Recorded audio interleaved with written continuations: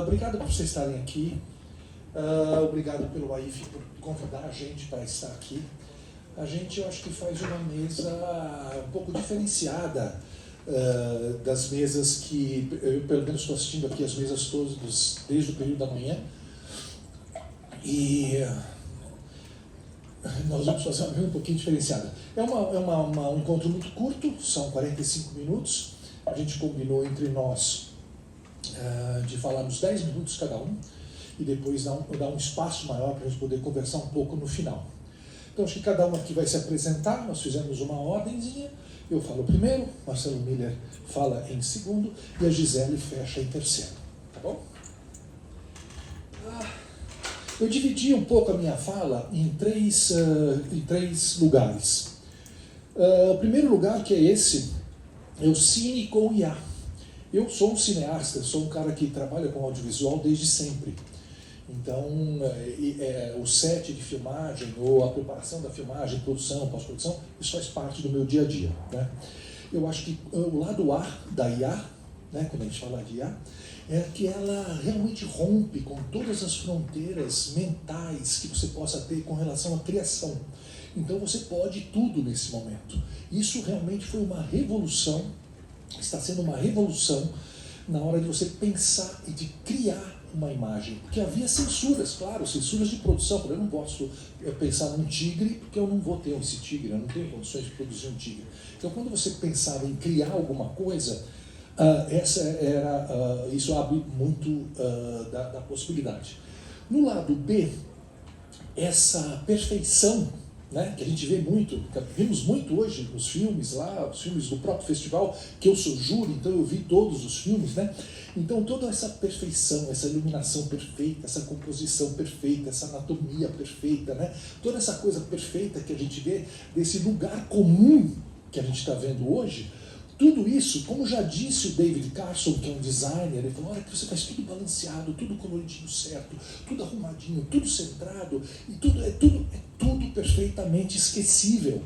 Não me interessa, ninguém está me interessado nisso, isso é trash, no fundo, é trash. Quem vê pela primeira vez fala, uau, nossa, parece gente real, mas a gente está num estágio muito além, ou pelo menos a nossa reflexão é nesse sentido. Estamos muito além disso. Esse lugar comum é muito chato. E isso vai ficar chato para todo mundo muito rápido. Então, esse é o lado B que eu acho da história toda. É isso que está acontecendo aqui, dessas fórmulas fáceis de se fazer imagem e se criar dentro de uma plataforma de imagem e movimento e chamar isso de cinema. Isso não é cinema. Isso não é nada. Não é nada. É uma bobagem ainda. É um exercício. É um exercício. É um exercício feito por creators, por influencers, por os outros answers, todos que estamos criando. E não é isso. Não é isso. Não é isso. Por isso que eu coloquei ali o Tarantino segurando uma câmera, porque eu acho que é fundamental que a gente tenha no cinema essa presença humana dentro da realização. Os conflitos humanos dentro do processo cinematográfico. Sem isso, você tem uma outra coisa. Talvez estejamos criando uma outra coisa.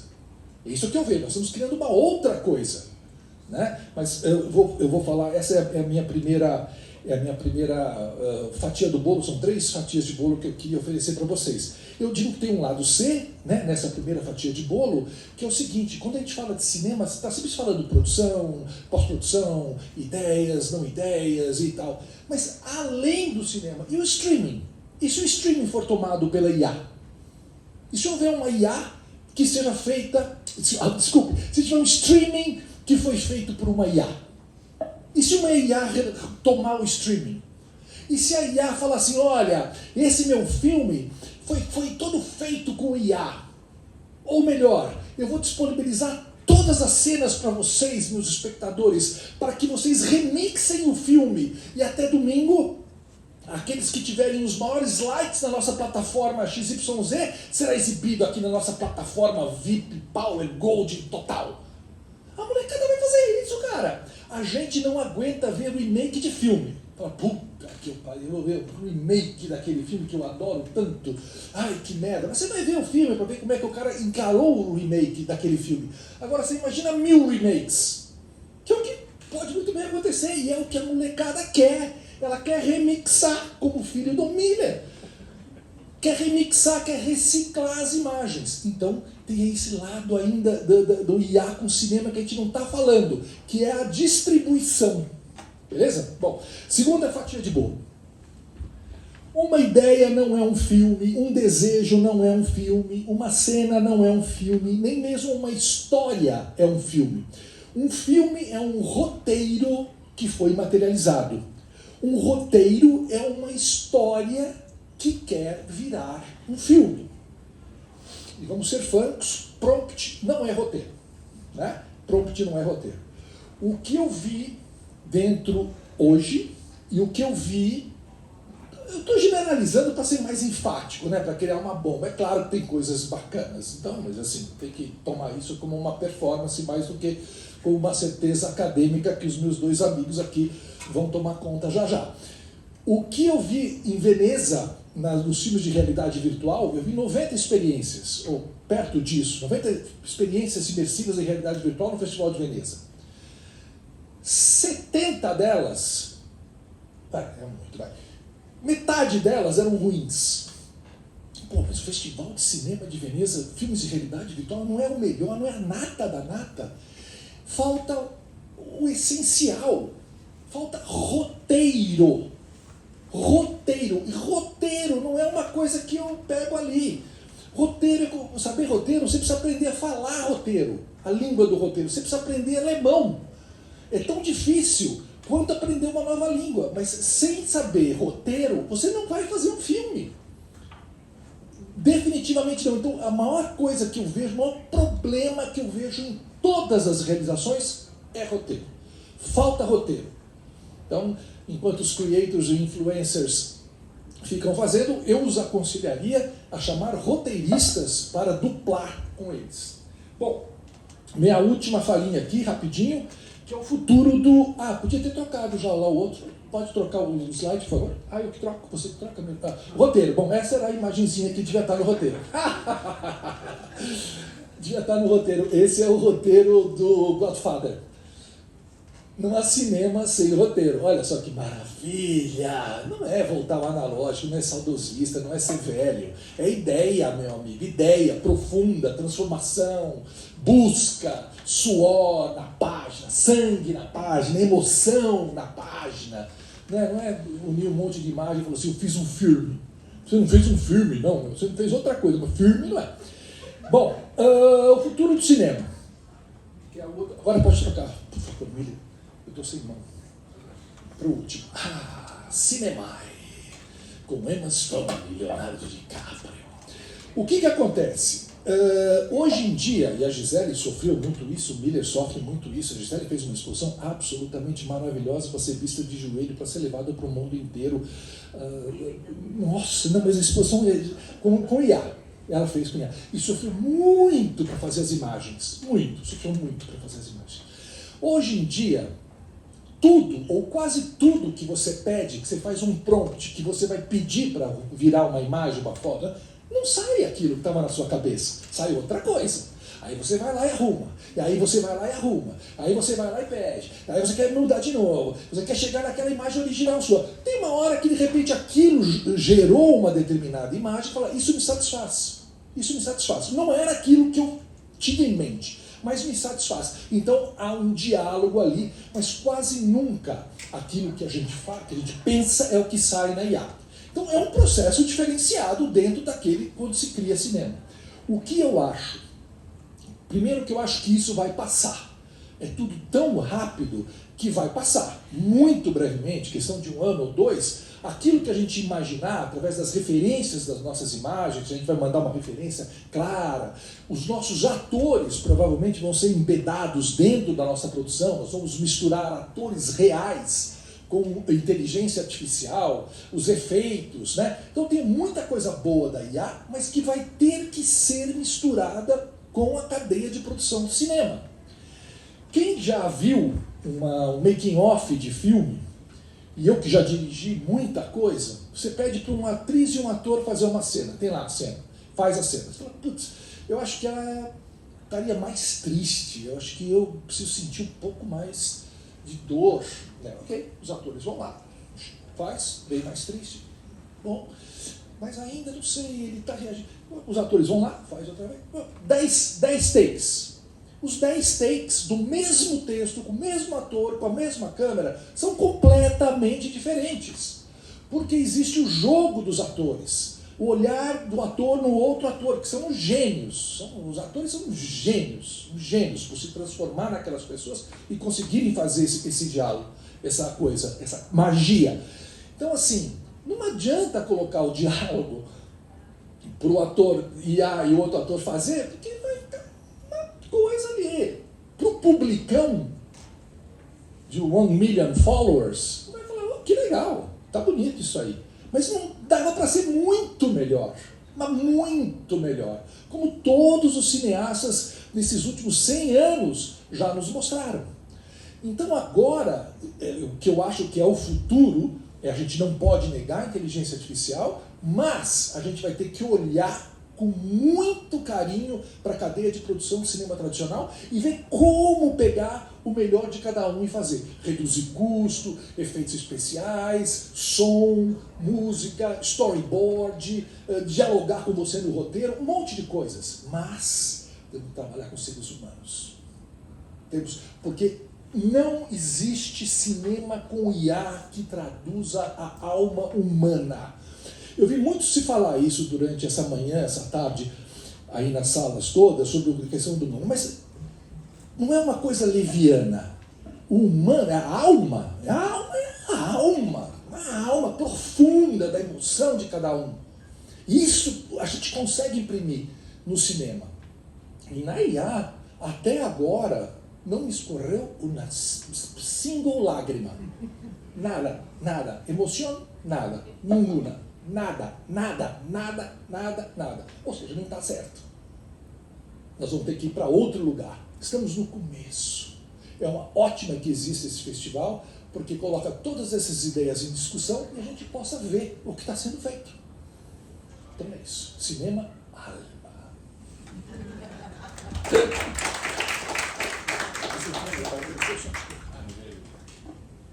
Nós temos uma gravação paralela.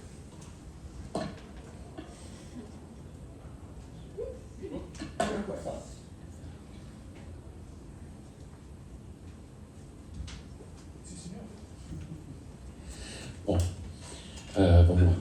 Deixa eu ver se já está aí a apresentação.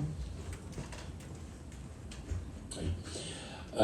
Bom, eu sou Marcelo, eu trabalho lá no curso de audiovisual da USP, a partir da ideia de diversos professores que resolveram realmente implementar a inteligência artificial dentro do curso. Eu estou dando pela primeira vez as disciplinas de inteligência artificial para os estudantes de audiovisual e tentando entender como é que a gente consegue fazer esses filmes justamente com alma e funcionando. Então a ideia hoje é procurar um pouco algumas poéticas possíveis para o cinema com inteligência artificial, e eu me inspiro um pouco nessa ideia da sala de filme, né, como a sala de roteiro, a sala de roteiristas, versão filme. Né?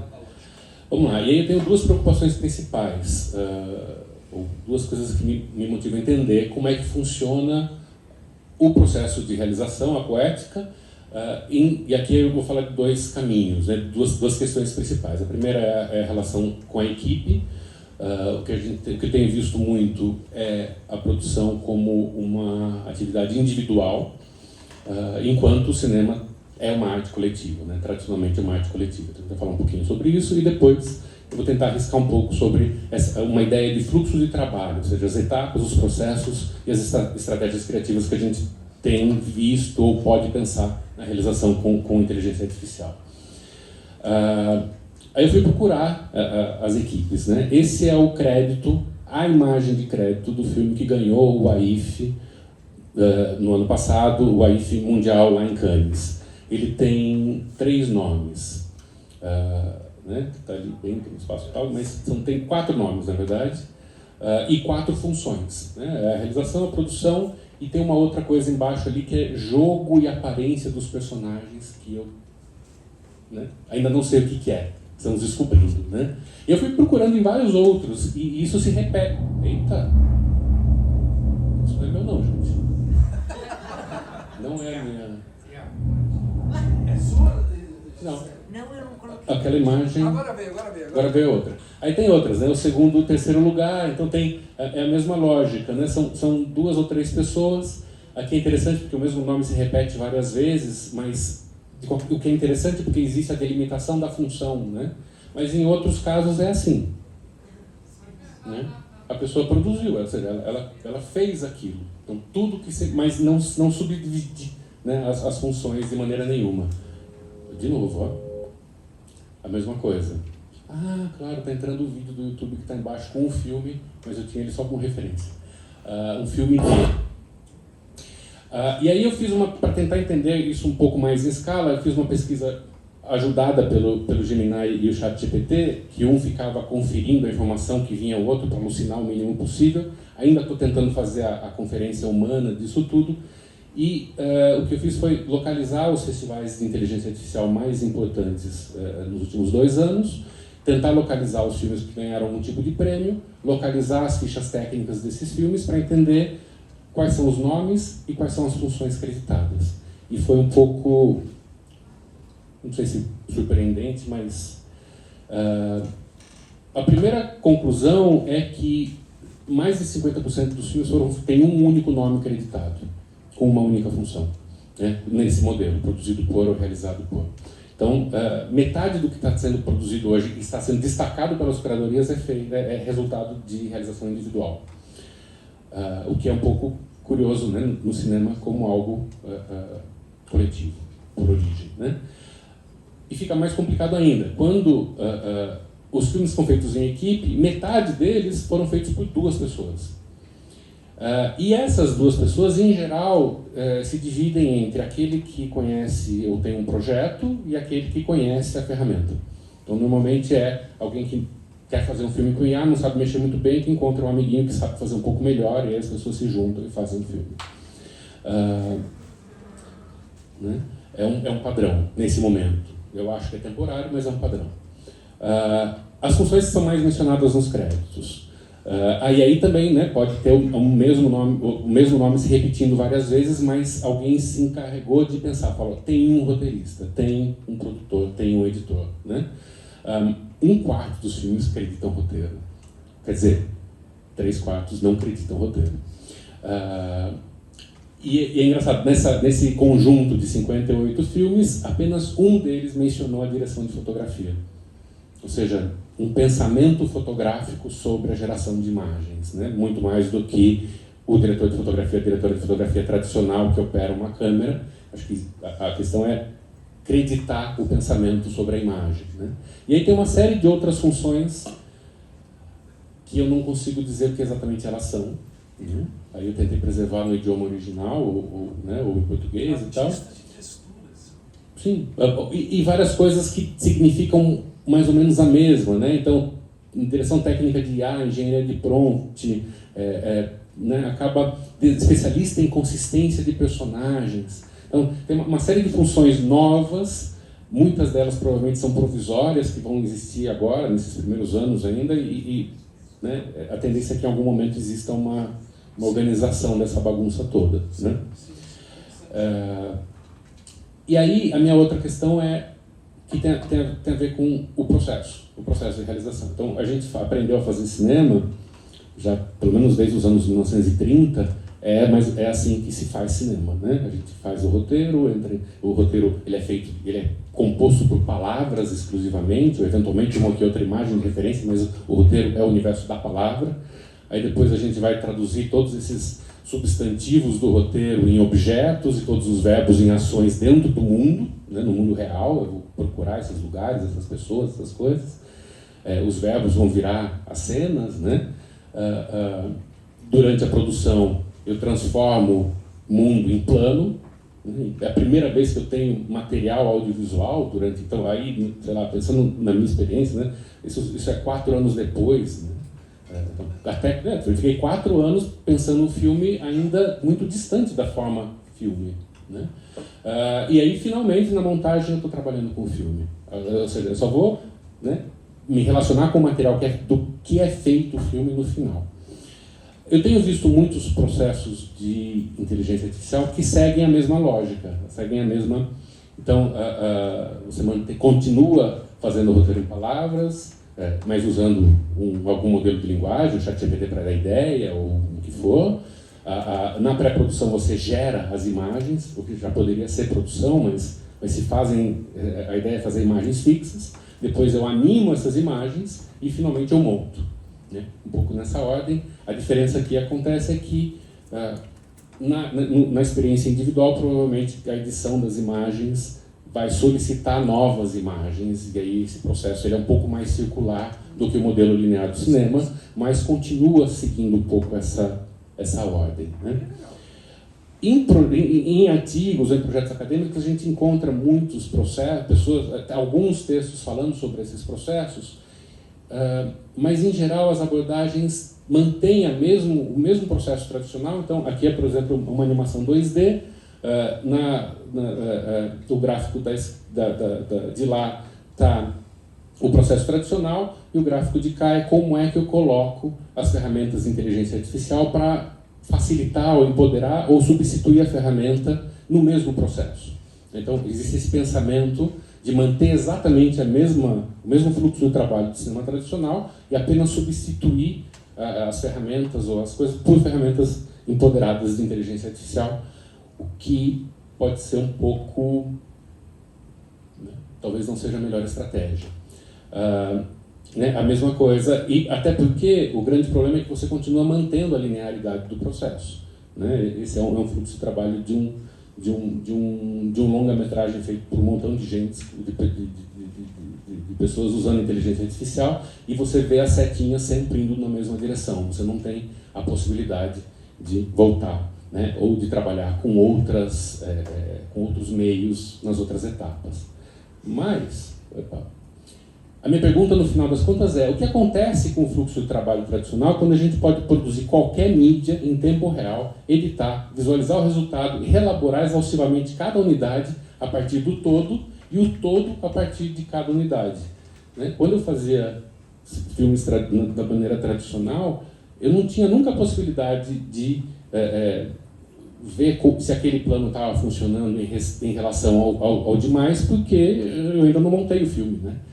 Então eu sempre estava pensando individualmente e imaginando essa coisa em relação ao todo. Agora eu tenho a possibilidade de sempre testar esse material dentro do todo, né? E aí eu fui procurar, né, na história do cinema outros modelos que têm essa ideia, e aqui esse é um diagrama sobre como funciona o processo na Pixar, em que a edição é central. Todo o processo de realização dos storyboards, depois as gravações dos áudios, tudo isso acaba indo para a ilha de edição, e você pré-visualiza de alguma maneira o filme como um todo, e aí você manda o material para a animação, ele volta, então ele vai indo e voltando entre as diferentes etapas, né, os diferentes profissionais especializados do processo, mas sempre é visualizado no centro. A edição é o centro do processo, no final das contas.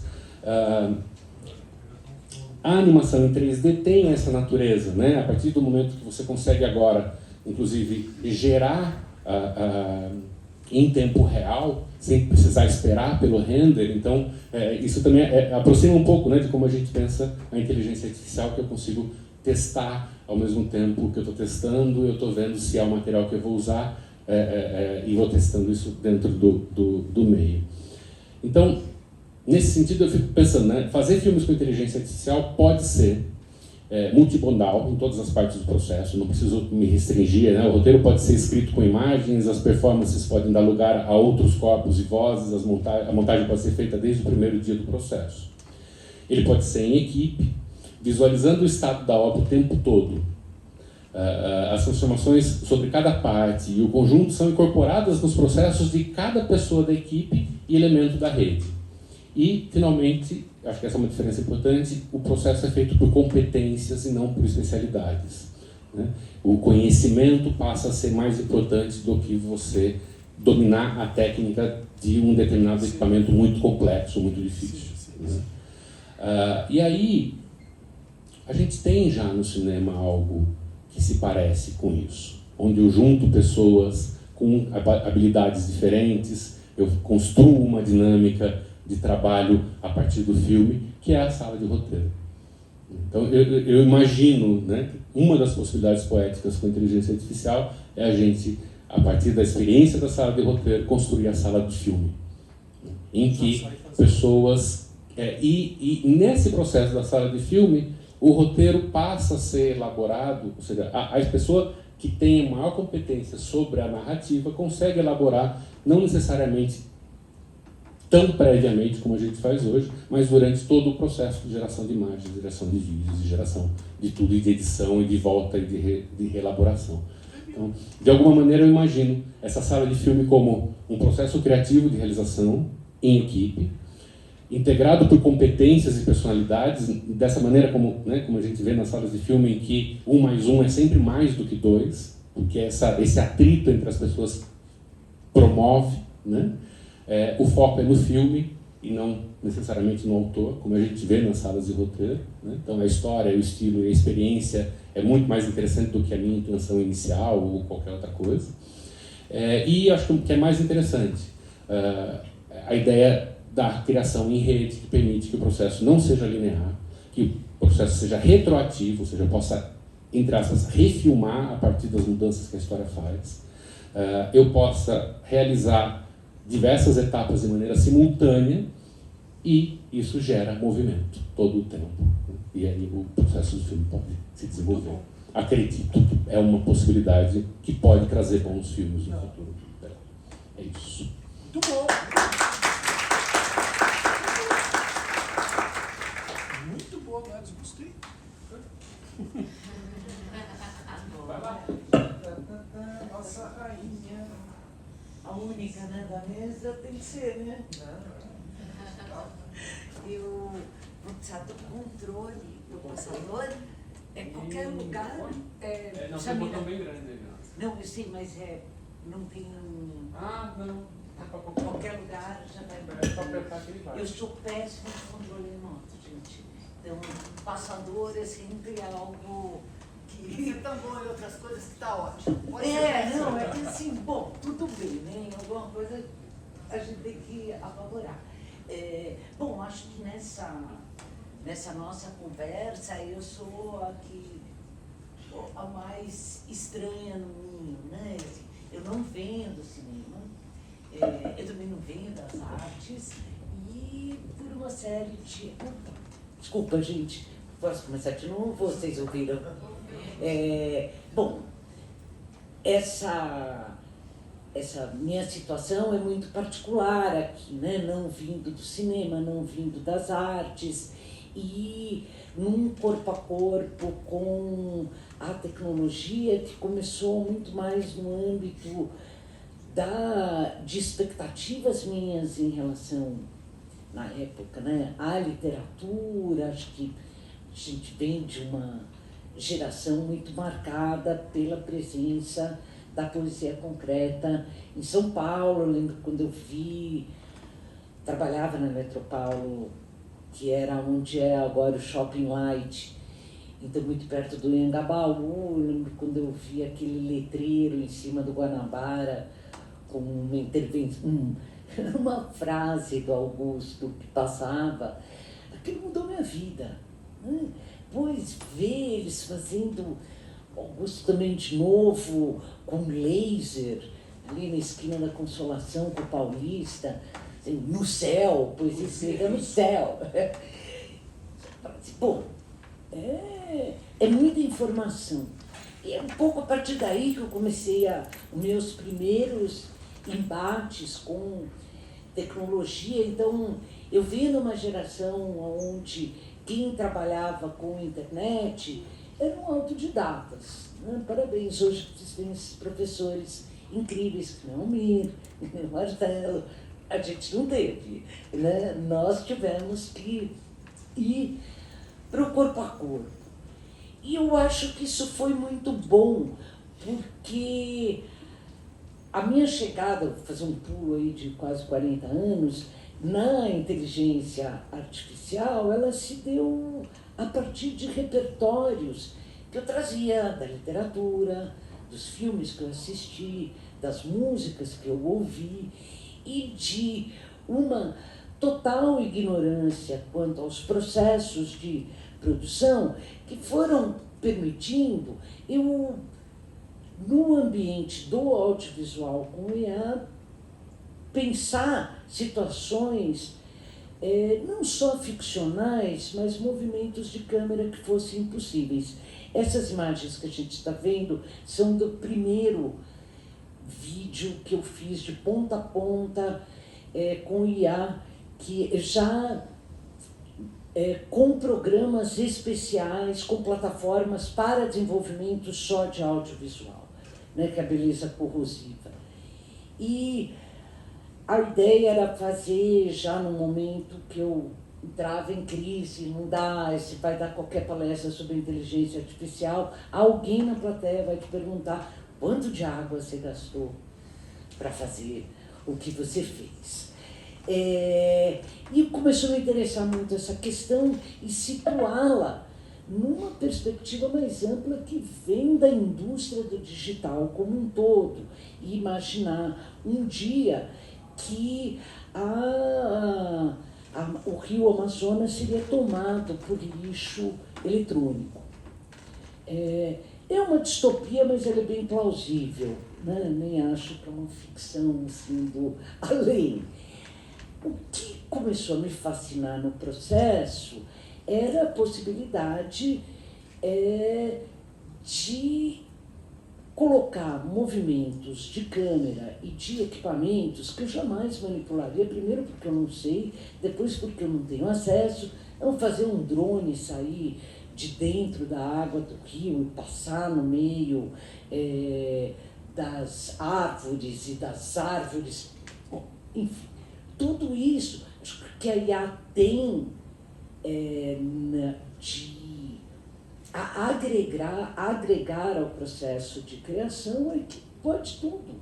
Sim, se você quiser, vai arriscando. É muito mais difícil do que se pensa, porque a gente ainda está num estágio muito precário. Então, portanto, fazer imagens é um investimento de tempo imenso, e além de custos e tudo que já foi documentado, e um processo muito solitário, que é onde ele mais me apavora. É quando a inteligência artificial vai mudando uma lógica que o cinema tornou paradigmática, que é também a lógica da televisão, que é que você tem que negociar com outras pessoas. Né? O cinema é a arte industrial por excelência, então tem toda a cadeia produtiva, vai até a distribuição, até o espectador. E o audiovisual com IA te joga mesmo na possibilidade de você viver dentro de uma caverna cibernética, uma que eu chamo de jaula cibernética, onde você só fala com você mesmo. Né? Por outro lado, como mobiliza uma quantidade de dados impressionante que nós não temos escala e nem acesso, nos dribla muito frequentemente. Então, eu tenho um descrédito pela ideia de engenharia de prompt. Né? Eu acho que o prompt é esse corpo a corpo que você vai desenvolvendo. E admitir as surpresas, como aconteceu na Beleza Corrosiva, que eu queria, o nome até é inspirado por um verso muito famoso, surrealista, do Breton, que é: a beleza será convulsiva ou não será. Né? E é a imagem do trem devorado, uma imagem famosa, né, que o Breton fez para ilustrar um conto do Perret. Olhem só o coquetel Molotov de criadores em conjunto. É uma fotomontagem que mostra um trem devorado pela floresta. E aquilo era o máximo da beleza convulsiva, aquele atrito entre natureza e cultura, tecnologia e vida. E a natureza ganhava, a vida se impunha sobre a ruína tecnológica. Eu queria levar isso para cá e, surpreendentemente, a inteligência artificial ela foi muito mais razoável do que eu. Mobilizando todos os dados, eu queria que no final nascesse uma flor de dentro do lixo eletrônico. E o que aconteceu é que essa flor começa a nascer, o vídeo está disponível online, e ela desabrocha e desdesabrocha. E ela vai se enroscando nos cabos e eu resolvi cortar aí. Falei, não quero, então tá bom. Então ela morre, ou ela fica em suspensão, ou será que ela nasceu? Mas que seria muito mais plausível até, redirecionou todo um processo. Eu queria fazer uma coisa muito mais longa, mas aquilo me surpreendeu tanto que eu assumi. Mais recentemente, e é como falaram, acho que já foi comentado aqui nesse festival, a ferramenta antiga é aquela de 3 dias atrás. Então, portanto, nesse um ano, as coisas amadureceram muito e entrou também em jogo a discussão das terras raras, que está diretamente relacionada aí com a produção, né, dos componentes para processar as IAs. E resolvi imaginar uma situação em que a exploração de terras raras tinha acabado com toda a floresta amazônica e não existiam mais territórios indígenas por um sistema de novas leis.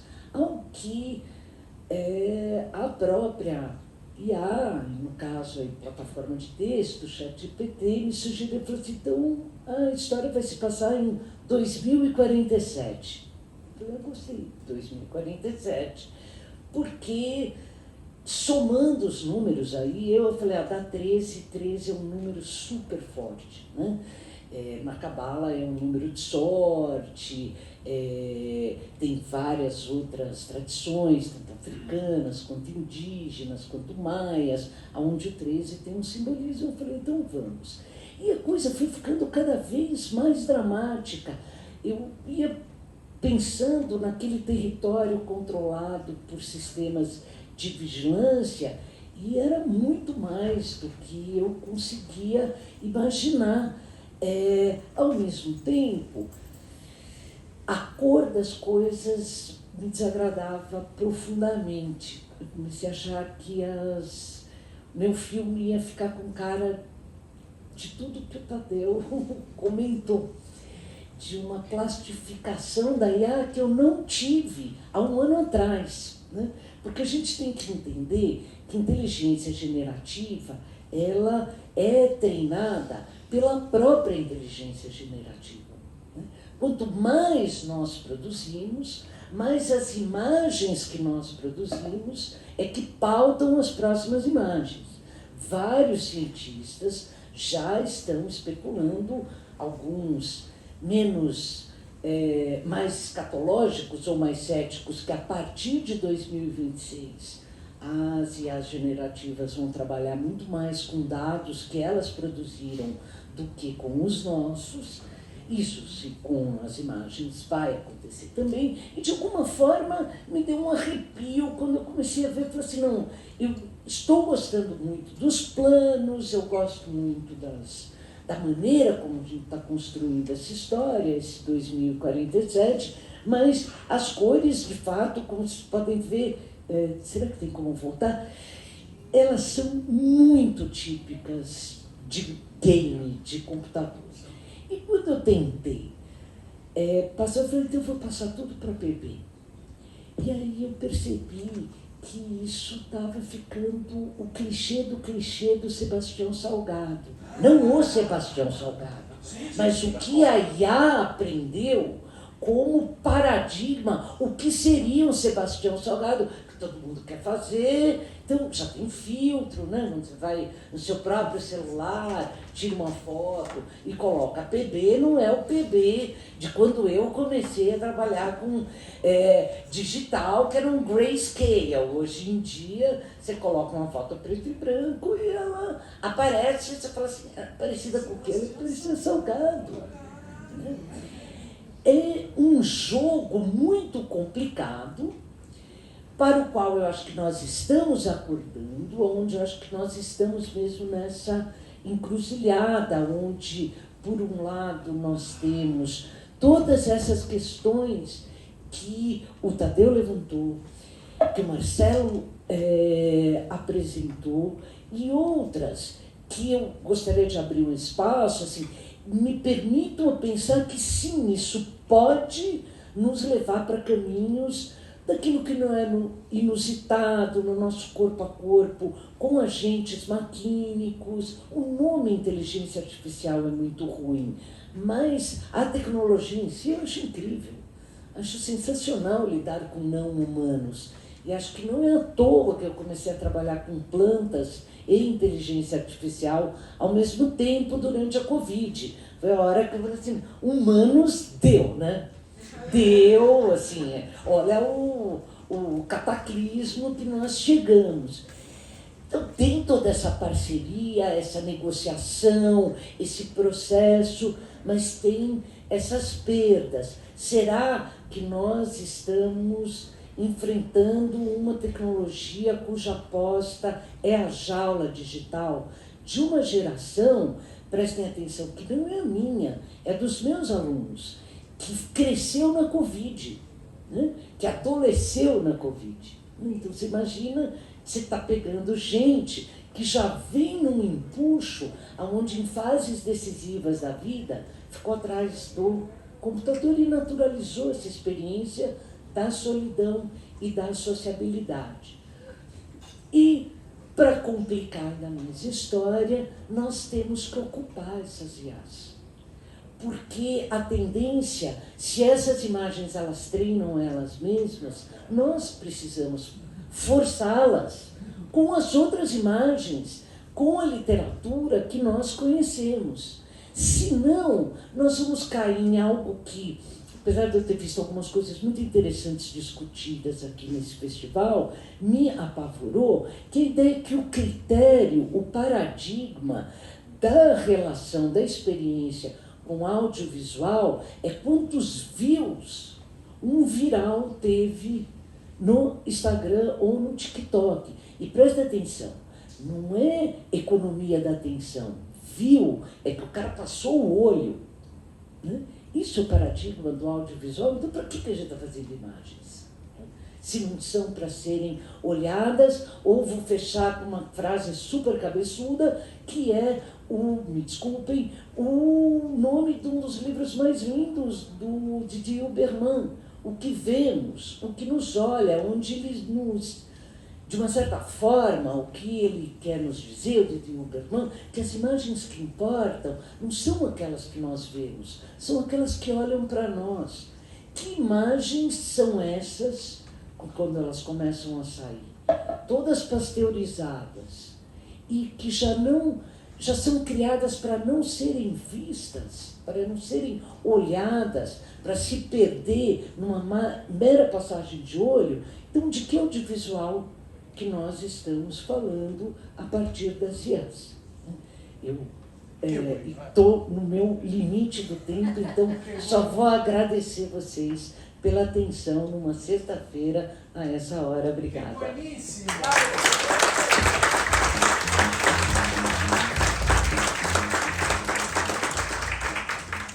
Bom, não temos mais tempo, mas temos algum tempo, se alguém quiser falar uma pergunta, comentários.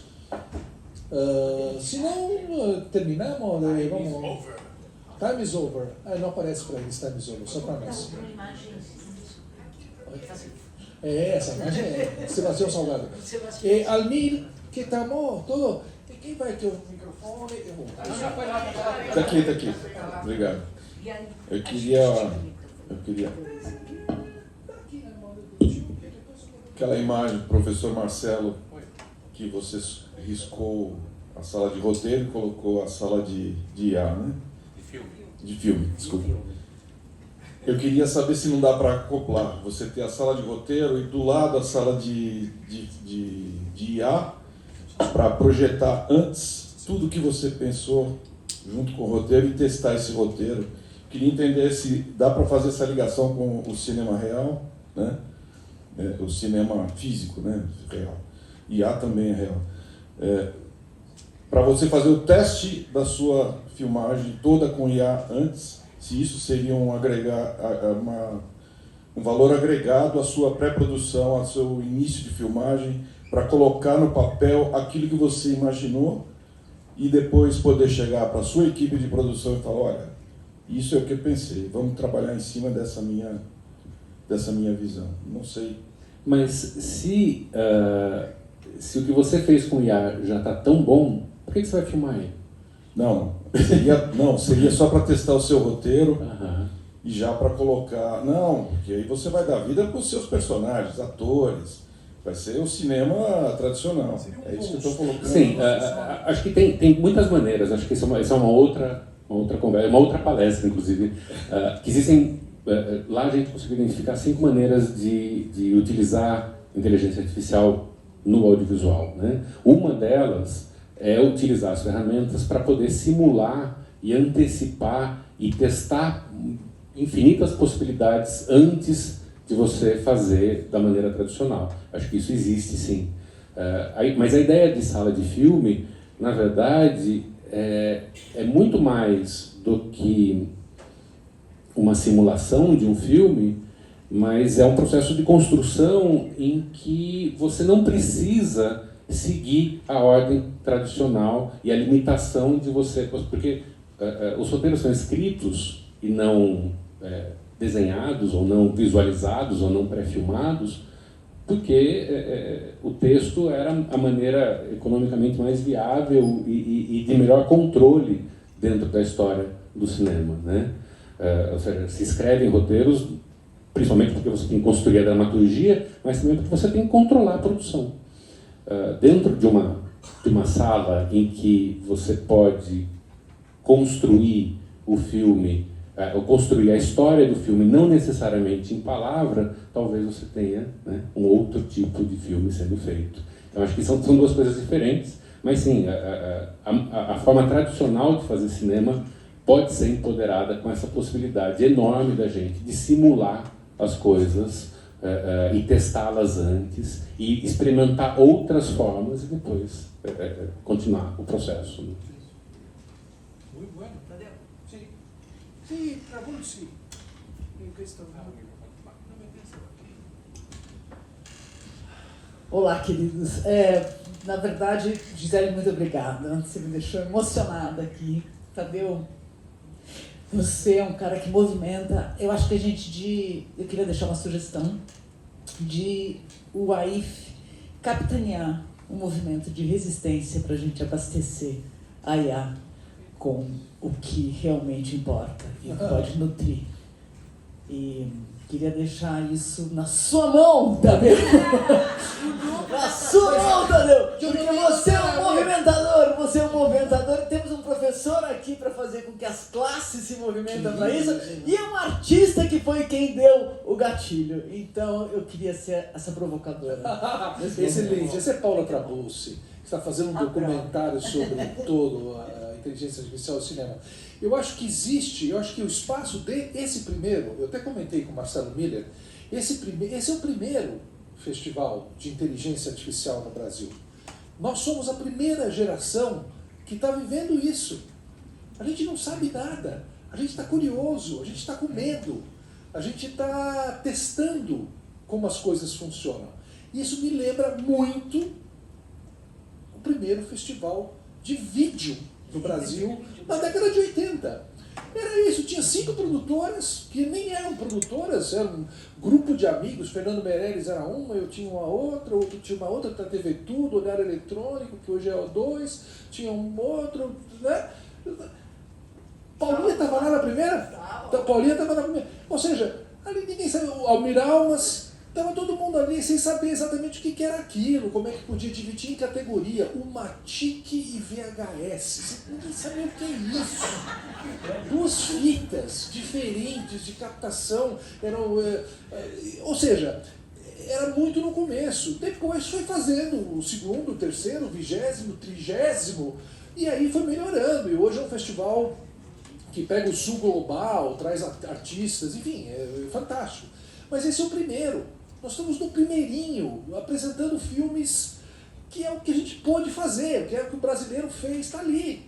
É isso que nós estamos pensando. Mas trouxe aqui 2 acadêmicos geniais que nos ajudam a refletir sobre o futuro das coisas e como as coisas estão organizadas, né? Esse retrato que o Miller fez é um retrato muito bonito, né? Como é que as coisas estão. E essa artista que termina com Olhar e Sendo Olhado, que é o nosso lance, que é maravilhoso. Então eu acho que sim, tomara que, eu não tenho nada com ele, eu sou só amigo do Cebola. E eu acho que, tomara, eu pensei nisso, eu falei, tomara que o Cebola, que é o primeiro festival que ele faz, o primeiro evento que ele faz. Então assim, a gente sabe que quando o cara termina um festival, o dia seguinte ele está pensando na 2ª edição. Então que ele coloque essas palestras no ar, que faça edições, coloque no Instagram, para que todos possam ver, porque aqui, gente, tem pouquíssimas pessoas, 30, 40, 50 pessoas. A hora que você coloca isso na web, você vai gerando público, interesse e discussão. Então eu sempre advogo que tudo seja gravado, tudo seja exibido, tudo seja colocado. É fundamental isso. O trabalho que a Paula resolveu fazer aqui, que eu acho excelente também. Então tomara, torçamos para que a gente venha aqui, tomara que seja na FAP ainda, e que a gente venha aqui já com uma outra perspectiva, com novos filmes, com novos pensamentos, com outros pensadores que possam nos ajudar a refletir sobre o que é o cinema, que é uma coisa que a gente ama tanto, é a arte que a gente vive, ou que estamos juntos nessa toada. Então, terminando, obrigado por terem vindo, e até uma próxima, certo?